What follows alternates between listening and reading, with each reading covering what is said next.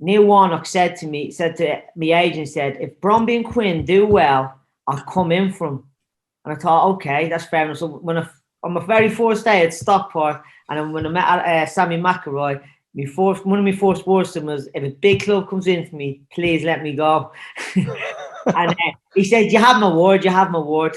And literally actually, funny enough, we drew them in the Carling Cup. So we played at Bramall Lane against Sheffield United. And I was quite fortunate. I'd done myself well and done myself justice on the night.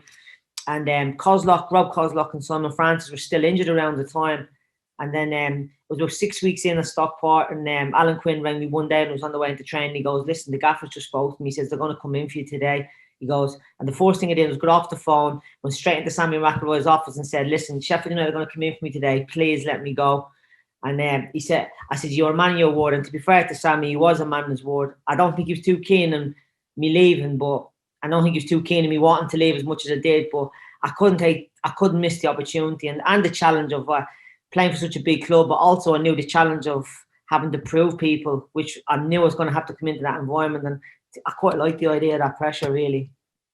Yeah, and that was your dress rehearsal, wasn't it, for playing under Neil Warnock, playing against him? Oh, bloody hell, yeah. I had lots of battles against him, obviously, at Wednesday and that, so I knew what he was all about, but I quite knew that Sheffield United would have been the fifth for me. In saying that, I knew ultimately, if I was going to survive as long as I had a Sheffield United, I would have happened to win over the fans.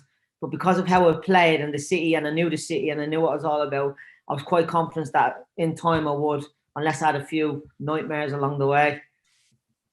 I don't think there's many ex-Sheffield Wednesday players that have signed for us that we've kind of not taken under our wing, really. It just doesn't happen. Once you're a Sheffield United player, you're a Sheffield United player. So do you want to tell us a little bit about Neil Warnock and working under him? I don't know where to start, really. Yeah, we've got several hours, haven't we? He's so good. His management of players is really good. Don't get me wrong; it's not where you love him every day, and it's a case of you go in every day thinking I want to play for the gaffer because he could drive you mad. But I think he was really good at dealing with each individual characters. Like he had like Phil Jagielka here at the time, who was probably and went on to be our best up and coming player, and he was spoiled Jags. I'm not saying now if he wasn't winning a five-a-side, he'd sulk and get a dummy out. But Neil Warnock would always make sure that Phil Jagielka's team was winning a five-a-side. Neil Warnock would always tell the rest of the team that we're lucky to play with Phil Jagielka. Things like that. He played it like Chris Morgan and that, which obviously didn't go down too well with them. But we did appreciate that Jags was going to be obviously the top player he was. And then he dealt with me, who, like I just said earlier on, I like to prove people wrong. So he to be fair, for the first 6 months, he didn't even call me by my name. He used to just call me the Wednesday lad. And he said, and he used to say, I'll walk by him and he'd just say, he goes, he'd walk by and he'd say, there's another career I've saved, the Wednesday lad over there.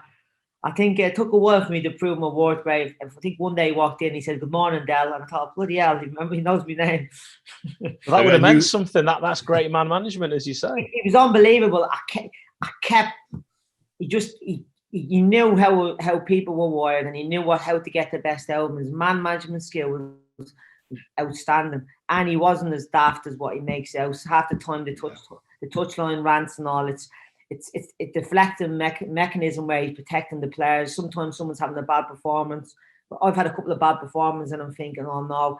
And he'd be doing an interview after the game, and he'd push it back onto the referee decision in that day, and all of a sudden the fans and people are talking about the referee's decision rather than me probably conceding 2 goals. So yeah, he's good like that. Are you still in touch with former teammates, maybe even from both sides of the city, like Lee Bromby, or you already mentioned Alan Quinn? Yeah, it's amazing because obviously, like myself, when we leave football, you want to get back into it at some capacity. Like I still speak to Alan Quinn, Stephen Quinn's playing at Mansfield.